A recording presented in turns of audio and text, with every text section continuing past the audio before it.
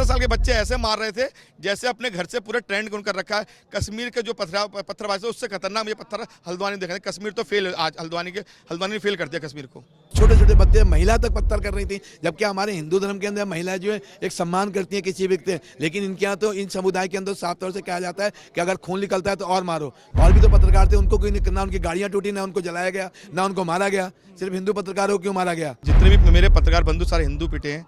हल्द्वानी में और भी तो पत्रकार हैं, वो क्यों नहीं पिटे? वो भी मौके पे थे।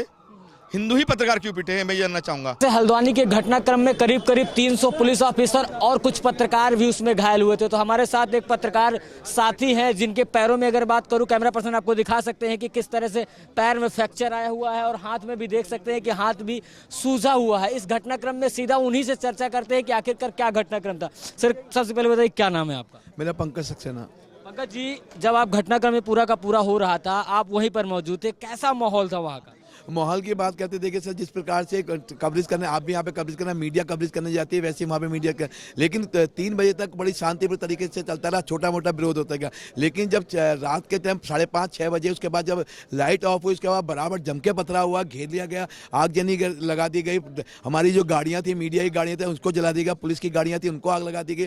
पूरी तरह से दोनों तरफ से घेर लिया गया। उसके बाद जो है पूरी सुनिश्चित तरीके से जो है पूरा षड्यंत्र रचा गया है। इसमें सीधे कहीं ना कहीं मास्टरमाइंड कोई है, जिसका पूरा था कि पूरा टारगेट जो पत्रकारों को किया जाए और पुलिस को किया जाए। तो आप देख सकते हैं जिस प्रकार से इंजर्ड पूरी तरह से यहाँ पे पत्रकार है, 20 से 25 पत्रकार इंजर्ड हो गए हैं और एक पत्रकार को तो आग में देने की कोशिश की गई। अगर उसके पुलिसकर्मी नहीं बचाते, शायद पत्रकार हमारे बीच में शादी जिंदा नहीं होता। आग में डाला जा रहा था पत्रकार को, आग में डाल दिया था, पुलिसकर्मी ने उसको खींचा, आग बताया ना, आगजनी में आग में डालने की कोशिश की। तो साफ तौर से टारगेट था, इनका कोई विरोध नहीं था, ये लोग विरोध नहीं कर रहे थे, इनका सेम एक ही मकसद था कि इनको जान से मारा जाए।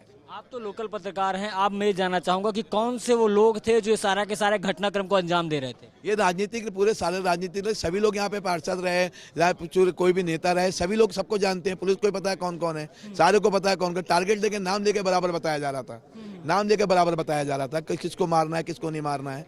और पत्रकार क्यों नहीं पीटे? और समुदाय के पत्रकार थे, उनको क्यों नहीं पीटा गया? एक हिंदू पत्रकार ही क्यों पीटे? और भी तो पत्रकार थे, उनको क्यों नहीं, ना उनकी गाड़ियां टूटी, ना उनको जलाया गया, ना उनको मारा गया। सिर्फ हिंदू पत्रकारों को क्यों मारा गया? उन्हीं को टारगेट क्यों किया गया? तो कहीं ना कहीं सुनिश्चित तरीके से बात रखी गई थी कि इनको टारगेट बनाया जाए, इनको मारा जाए, इनको पीटा जाए। पत्थर मारने वालों में एक बात तो राजन जी कही जाती है कि बच्चे भी थे, महिलाएं भी थी, तो क्या इस बात में कितनी सच्चाई माने?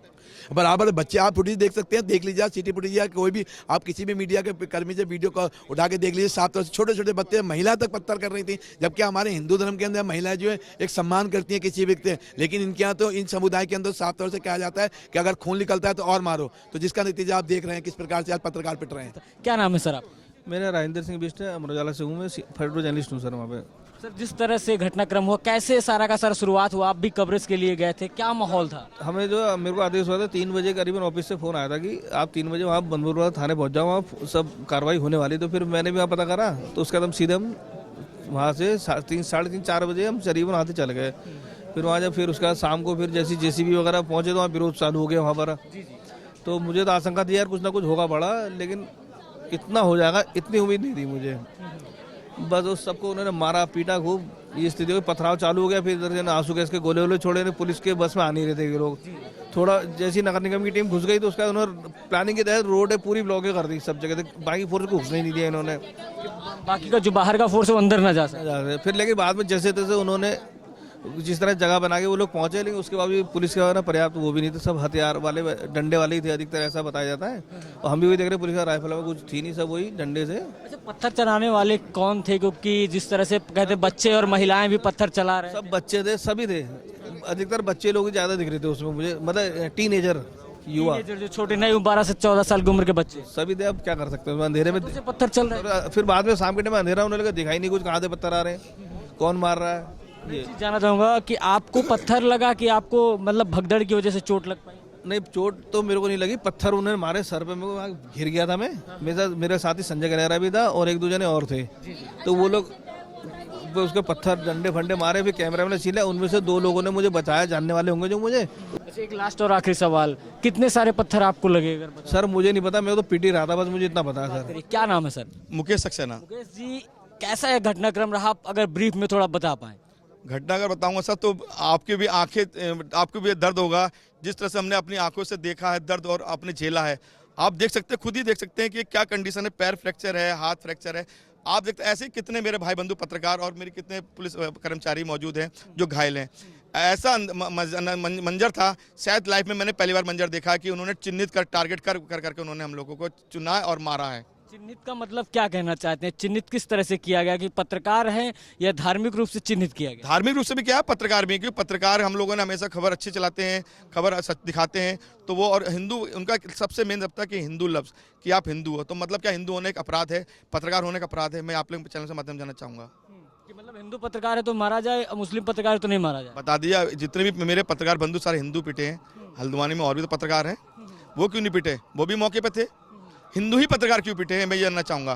क्या पत्रकार हल्द्वानी में और नहीं थे? यहाँ पर सभी धर्म के पत्रकार थे, मोहम्मदन भी थे, पंजाबी थे, लेकिन सब मौजूद थे। लेकिन हिंदुओं को टारगेट क्यों बनाया गया है? अच्छा, जो पत्थर मारने वाले लोग वो कौन थे? क्योंकि आप तो लोकल है, आपको पता होगा कि बारी माँ सारे मुस्लिम समाज के लोग थे और सारे बनबलपुरा के स्थानीय लोग थे और सारे दंगाई लोग थे। और मैं जैसे अभी धामी जी आए थे, उनसे मैंने ये कहा था दंगाई को बख्शा ना जाए।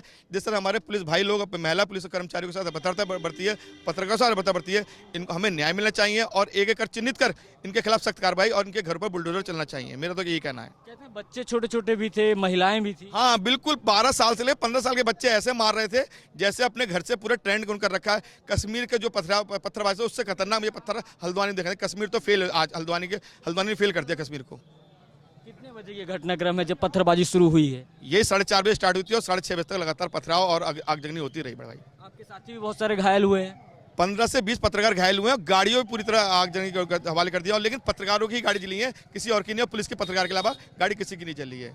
मैं तो ये कहना चाहूँगा कि आखिर मैं ये जनता से बनबलपुरा वाला जानना चाहता हूँ कि हिंदू होना या पत्रकार होना एक अपराध है। पत्रकार चौथा स्तंभ में, हम आपकी सेवा के लिए, आप हमें ही टारगेट बना के चिन्हित करके आपने मारा, आपने अच्छा नहीं किया हमारे साथ। एक हमारे साथ विजय कुमार जी है जिनसे हम सीधा चर्चा कैसे सारा का सारा घटना, किस तरह से पत्थर आपके सर पे आके लगे? सर हम बनबलपुरा थे, पहले हम गए थे वहाँ जहाँ मस्जिद टूट रही थी, वहाँ ड्यूटी लगी थी।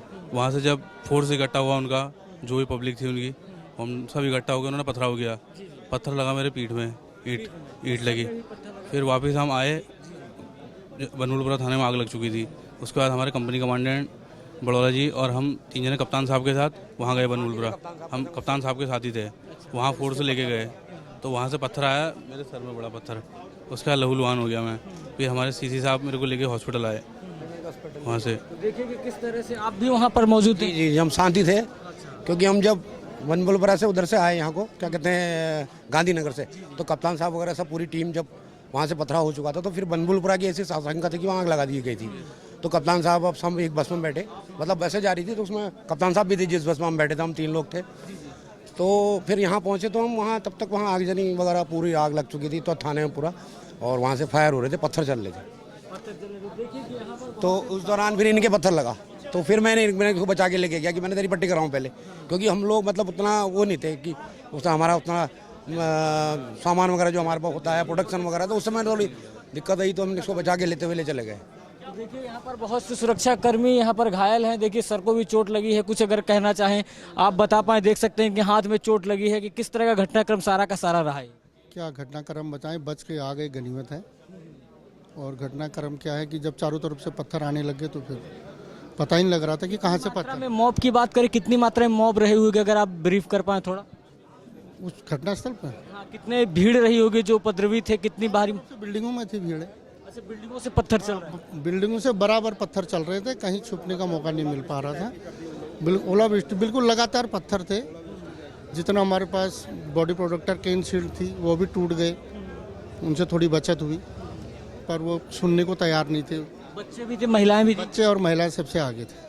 देखिए बच्चे और महिलाएं सबसे आगे थे, ये बहुत बड़ा वो है, क्योंकि जिस तरह से कहा जा रहा है कि बहुत से लोग उनके पक्ष में खड़े होते हैं, तो ये बात सुनने लायक है कि बच्चे और महिलाएं भी इन सब घटनाक्रम में शामिल थे। जिस तरह से इनके ऊपर पत्थरबाजी की गई है, सीधा फुटेज द न्यूज़पेपर आपको ग्राउंड से दिखा रहा है कि आखिर किस तरह के हालात इस समय हल्द्वानी में बने हुए हैं। क्योंकि हल्द्वानी में जिस तरह से धारा 144 का कर्फ्यू लगा हुआ है और यहाँ पर जो पीड़ित है जिनके ऊपर पत्थरबाजी की गई है, उनकी ग्राउंड रिपोर्ट आप देख रहे हैं। बने रहिए न्यूज़पेपर के साथ, मैं हूँ राजवीर। जय हिंद।